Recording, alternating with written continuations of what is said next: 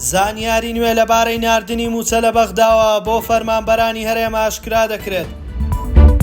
وعدەی یەکلابوونەوەی بەڕێوەچوونی هەڵبژاردننی پەرلەمانی کوردستان ئاشکرا دەکرێت. گۆڕانی هەڵوێستی پارتی و حکوومەتی هەرێم بەرامبەر بە پەکەکە کاردانەوەی لێکەوتۆتەوە. سڵاوتان لێبێ لە ئەستاندەرەوە گرنگترین هەواڵەکانی ڕۆژتان پێشکەش دەکەین.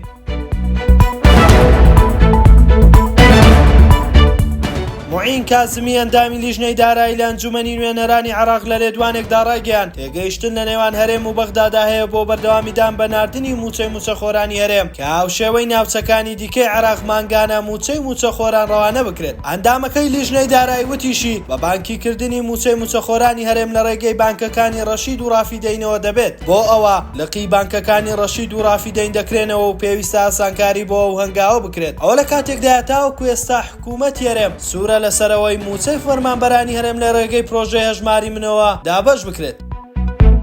بڕیار وایە هەفتەی داهاتوو چیروان بارزانی سەرۆکی هەرێم بانکێشتی لایەنە سیاسەکانی هەرێم لە سەراستی باڵا بکات بۆ تاوتوێکردنی بابەتی ئەنجامدانی هەڵبژاردننی پەرلەمانی کوردستان. لە کۆبوونەوەکەدا باز لە بەڕێوەچوون یاخود ئەنجام نەدانی ئەو پرۆسەیە و ئامادەکاریەکانی دەکرێت. بە گوێرەی زانیاریەکان هەفتەی داهاتوو کۆتا بڕیار لەسەر هەڵبژاردننی پەرلەمانی کوردستان دەدرێت و یەکلا دەکرێتەوە. ئەوە لە کاتێکدا تا ئێستا کۆمەڵگەی نێودەوڵەتی فشار دەکات بۆ ئەوەی هەڵبژاردن لە کوردستان بەڕێوە بچێت. لە کۆبوونەوەکانیشدا لەگەڵ لایەنە سیاسیەکانی هەرێم یەکەم داواکاریان بەڕێوەچوونی پرۆسەی هەڵبژاردن و پەلەکردن بۆ لەو پرۆسەیە.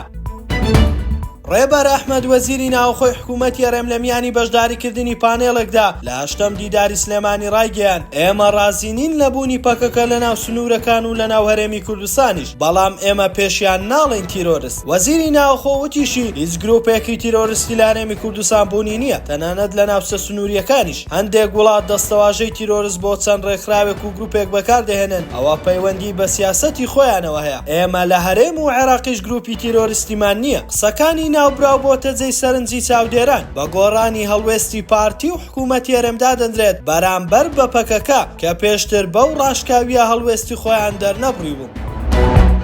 ستاندەر میزمان پێشکەشکردن شاد و کامەران بن.